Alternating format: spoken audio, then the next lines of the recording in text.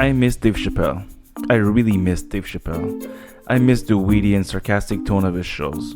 I miss the controversial subject that very few comedians wanted to tackle. But thanks to the internet, I found a new source, something to feed the dark monster in me. And take it for me!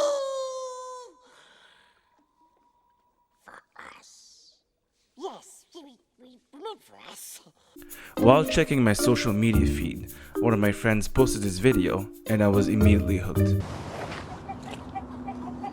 You see that? It's made of chicken. It's actually made of chicken. You kill it, you got free chicken. You can sell it to people. Or don't kill it, fucking eggs come out of their arses. Fucking hell. Have you ever seen a show that has no common thread, no historical timeline, and not even edited in a straight line manner?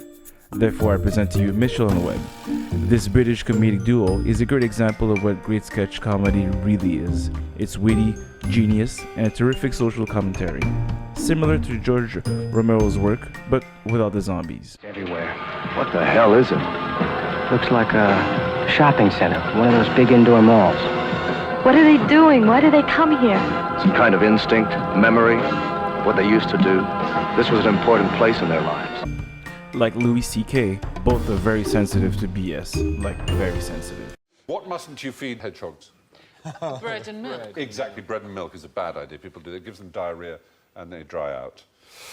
Really feed bread and milk to any mammal, including humans. But there is a Radio 4 show that deals... come off it.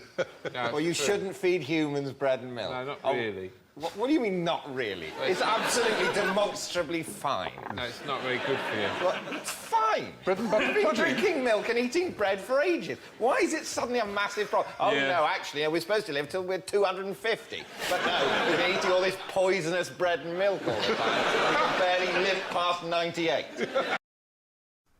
See this? This is exactly why I love those guys. Also, Robert Webb is a bit salty, but I like it. But when you say sensitive, what do you really mean? I really mean that this show really discusses a wide range of subjects. It really goes from mocking journalism, causing untold loss of life and destroying several major buildings. If you've just joined us, the breaking news is that everything is now fine after a major incident. Let's go over now live to our reporter, Eric Turner, who's at the scene of where everything is now fine.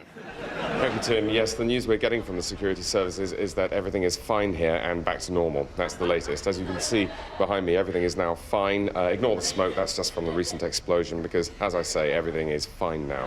Can you tell us if there have been any fatalities? Nobody's dying at the moment. Everything's fine. There have been some recent deaths due to the major incident, but that's over now and everything's fine. 2 mocking documentaries, I mean, Kevin just wants to live a normal life, really, which is incredibly difficult for him, isn't it, darling? Kevin Armstrong is no ordinary 12-year-old. Come on, let's get you ready for school. Everyday tasks like going to school, eating a family meal, or even going upstairs to bed Be careful, dear. present an enormous challenge. Okay, jumper coming now. Obviously, Kevin can't see very well, can he, darling? And that's because instead of a face, he's just got another arse. 2 mocking religion, So we've got it. It's one God, you're the chosen people, you're living in this land that you've been promised. We don't know what to call that yet. Yeah, but I was thinking it shouldn't actually be that great. I mean, they really like it, but it should be a bit arid.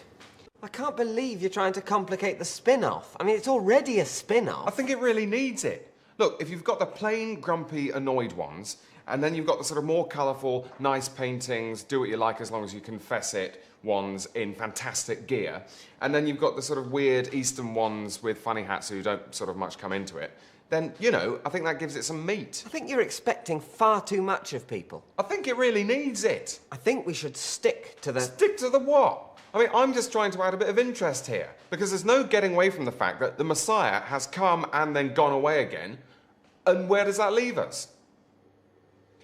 He might come back. So what? Frankly. I mean, you know, him possibly coming back is not an event. The film Volcano does not start with the clear up after the volcano erupts, with everyone going, ooh, I wonder what it would be like if it ever erupted again. Opening scene of Alien, oh, thank God we got rid of that alien. I wonder if there'll ever be any more. I think you're turning it into a soap opera. We wouldn't have this problem if it wasn't a spin-off. Well, you know, I've always thought we should have done more with the Holy Ghost. The Holy Ghost has always been a non-starter. The Holy Ghost is like Mike in The Young Ones. Historical reenactments.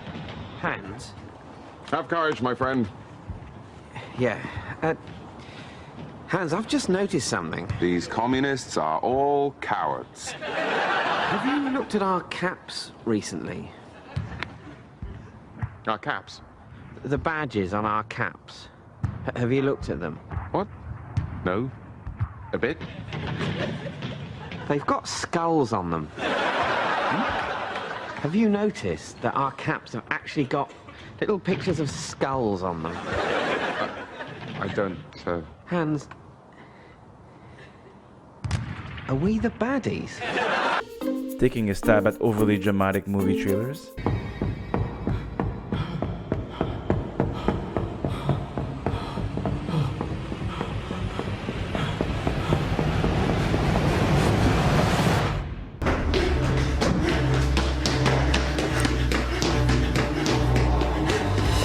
When your number's up, there's nowhere left to run.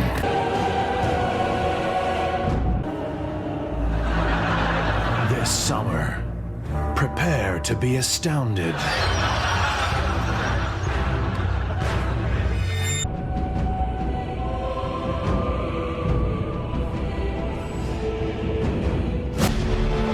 I can't see anything.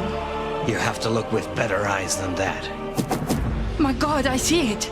They're clearly having chicken and black bean sauce with egg fried rice. Number 37 with a side order of 14. Add them together and what do you get? A number wang? Exactly. You and I, Robert, we have observed history. We are in history now.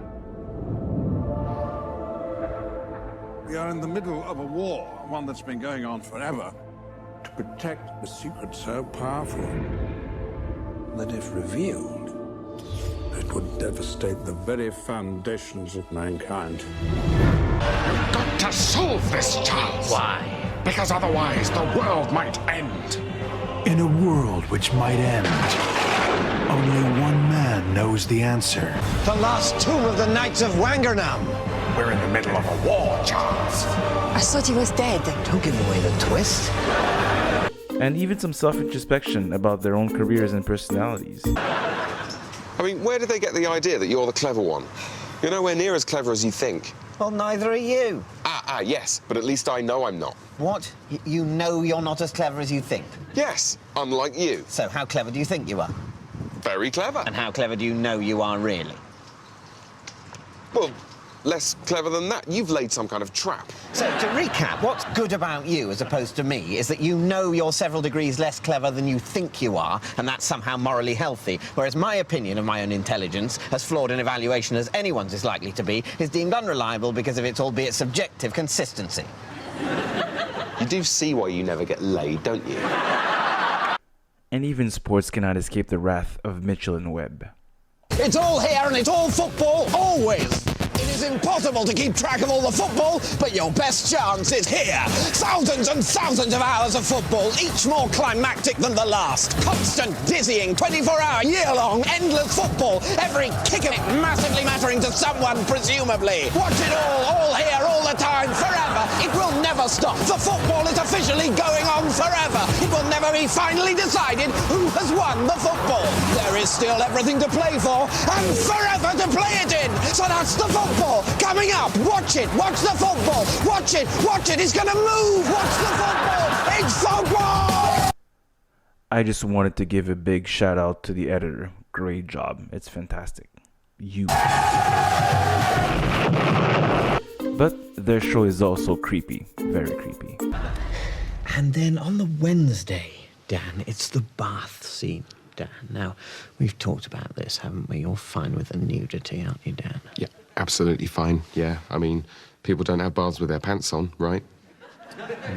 Exactly. I will be asking you to take your pants off while I'm there. Fine. I think it's important to the realism of the film. Yeah, realism, yeah. It'll all be shot tastefully, won't it? I mean, obviously I'll be naked, but you won't actually see my penis. I'll see your penis, Dan. I'll see it load.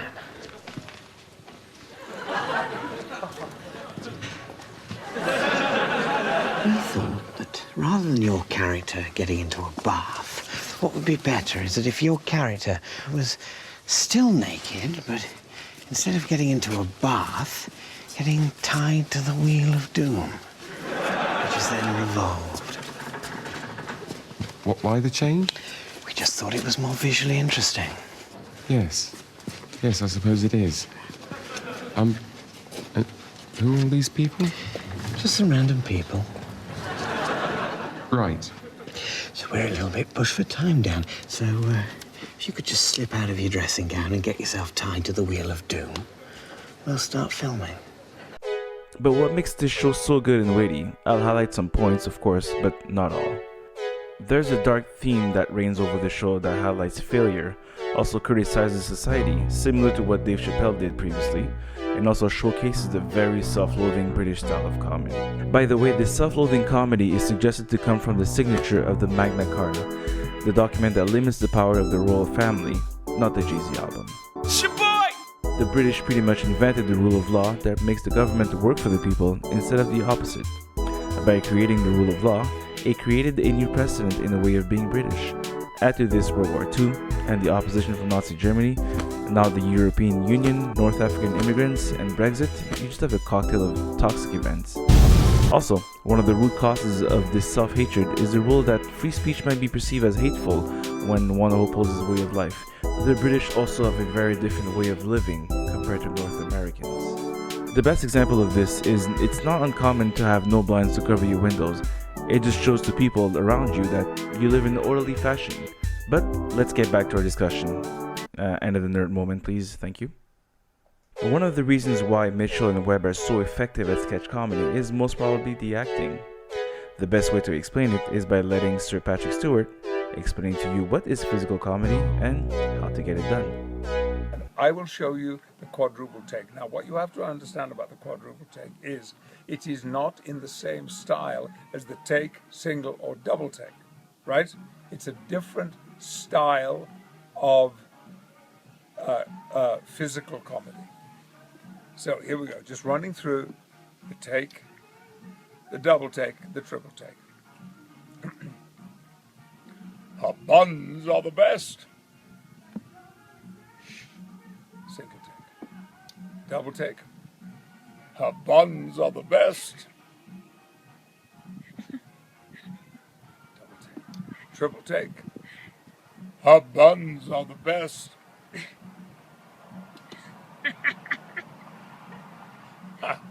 That last one was a little crude, a little coarse in its execution. Now, the quadruple take. Now, I've already explained to you, this is in a different style from the first three, because the first three were based on truth, on naturalism, on spontaneous, naturalistic acting. This, the quadruple take, is in a different category altogether, but it's the only one I know, and you'll be glad to hear that I don't have anything beyond the quadruple take. You ready? Yes. Okay. Her buns are the best.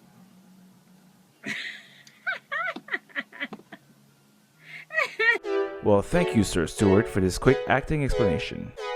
Similar to Chappelle's show, the characters should be out of this world and outrageous.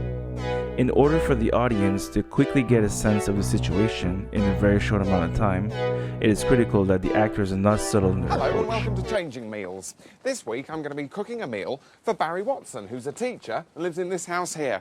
Let's see if he's in. Hi Barry, good to see you. We were worried you might be out. Well, what do you mean? You've been here over an hour. You've only just gone outside again.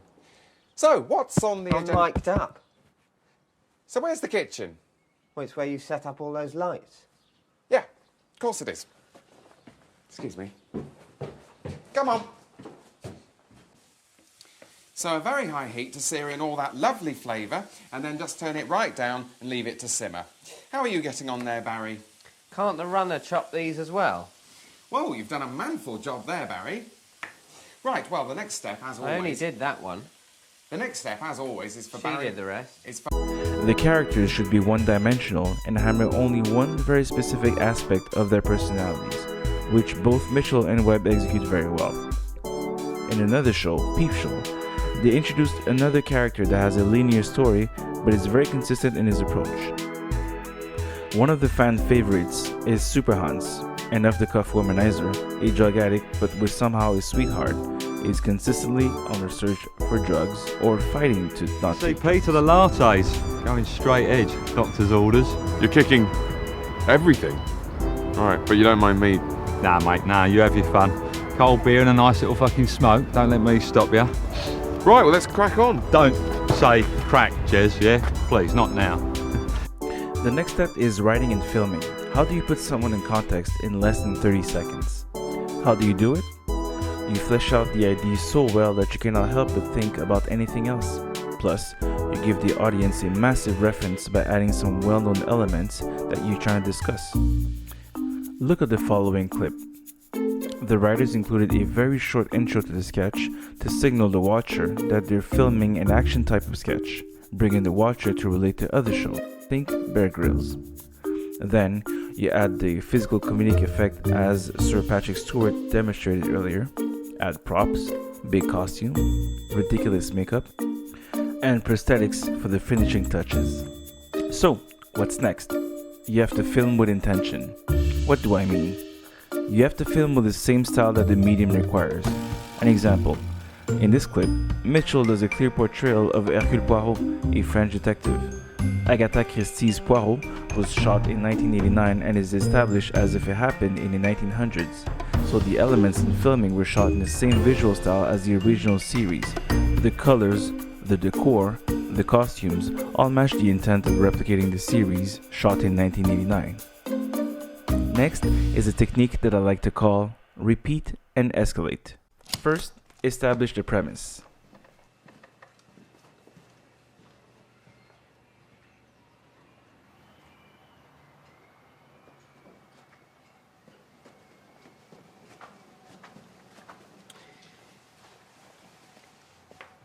What's that for?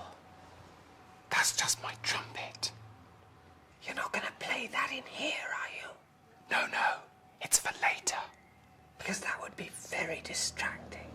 No, I'm on my way to trumpet practice. I wouldn't dream of playing it in here. Right.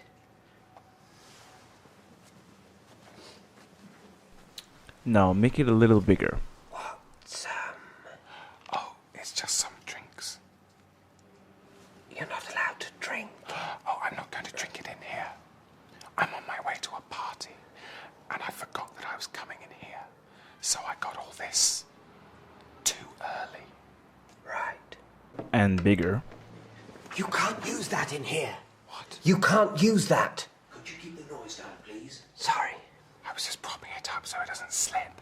It's for my nephew. You're not going to use it. No, I'm taking it to my nephew. He's in Pizza Express. It's his birthday.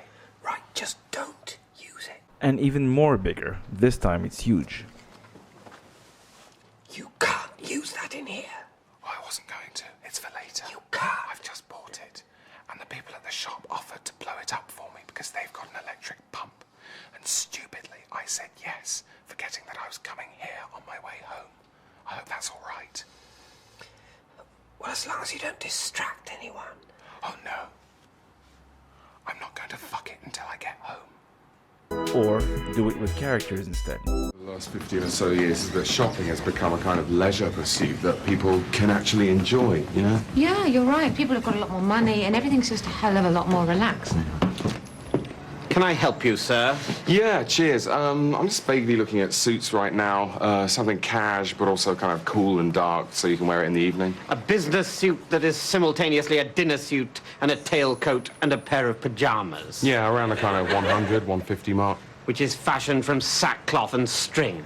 I'm sorry? Do you wish to look smart, or are you merely looking for a newer version of what you're wearing at the moment? Oh, well, if you got something like this, then... You mean something Italian and ill-fitting, and so shiny I can see my face in it, in stark contrast to your shoes? Yeah. We do not. Sorry, what happened to the friendly Australian girl that used to work here? She's gone, sir. They've all gone. They've all been driven out and the burning remains of their tawdry rags cast after them. And we're back.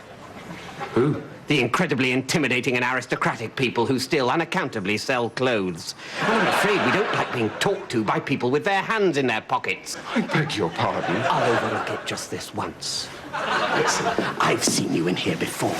I've seen you slouching around the place in your slip-on shoes and your motorcycle jacket, looking like a mechanic who's won the pools. I've seen you with your tin earring and your black marketeer swagger. We've all seen you, and we all thought you were a turd. Sorry, what happened to the friendly Australian girl that used to work here? She's gone, sir. They've all gone. What happened to the friendly lady vicar with the colourful jumper that I met last week? She's gone, child. They've all gone. Sorry, what happened to the friendly Australian girl that used to work here? She's gone, sir. They've all gone. See the way that Robert Webb introduces the line, "What happened to the friendly girl that used to work here?" Mitchell replies in every situation, "She's gone, they've all gone, and we're back. I saw you in here last week." Excuse my British accent, it's frankly terrible. And proceeds to attack the character based on some flaws that the situation presented. The following clip shows a quick demonstration of what I'm talking about. Oh, they're happy just to talk about stuff, and it's a great place to make friends. Can I help you? Hi, we're new to the area. We've just bought 3 of the old almshouses. We're having them knocked through, and we thought we'd just pop in and say hi. Who the hell did you think you were going to say hi to? The Lord your God? Because I'm not sure you've lived lives worthy of his attention. Yeah, we're not particularly religious, I suppose, but I think we'd both say we were spiritual people, wouldn't we, Tom? Yeah. And we're just interested to find out more. Not particularly religious. Interested. Spiritual. Are you testing me, Satan? What happened to the friendly lady vicar with the colourful jumper that I met last week? She's gone, child. They've all gone. Banished by the bishop. I know where they're going eventually. In the meantime, Daventry. And we're back. The incredibly horrible and twisted people who are still unaccountably vicars. Maybe we should... I saw you in here last week. I saw you reading the notices and talking about your views and eating other people's biscuits. We were all watching you from the vestry, and we all thought you were a bitch. Steady on. Look, I mean, my wife's entitled to her views. Oh, isn't she just? Aren't you all entitled to your half-assed musings on the divine? You've thought about eternity for 25 minutes and think you've come to some interesting conclusions. Well, let me tell you, I stand with 2,000 years of darkness and bafflement and hunger behind me. My kind have harvested the souls of 1 million peasants, and I couldn't give a halfpenny jizz for your internet-assembled philosophy. Look, Sally. Look, we have a right to be here. The genius of Mitchell and Webb plays in many ways. The first is an observation of changing landscape, the old versus the new. First, the evil waiter bit describes the clash between old eating habits, when people used to dress up to eat, versus now the casual eaters. Also on how political correctness changed our habits in the way we eat, speak, and interact. We're often now way too sensitive to criticism. Another one is a reflection of the 3 basic needs: food, clothing, and shelter. Shelter now taking a form of religion, and how the seculars and their nuns are growing in very large numbers. In the comedy side of things, the repeating pattern that the evil servant uses creates an expectation to the viewer's eye. You're not certain that as soon as the opposite character will say something as, "What happened to the..." you can expect some funny and damaging attack based on the context that the character is set in. The physical delivery of Mitchell is impeccable in all segments. They're all exactly 6 seconds, which makes impeccable comedy for the witty and nerdy brains. So that's it for this little 25-minute review of Mitchell and Webb. I really wish this specific show would have went on forever, but like all good things, like the Dave Chappelle show, they must come to an end. So this is my first video, and I have a whole new level of respect for people like game theorists or the nerd writer. And in next week I'll be discussing ambiguity and how we can improve art. So stay tuned and subscribe for more. Thank you.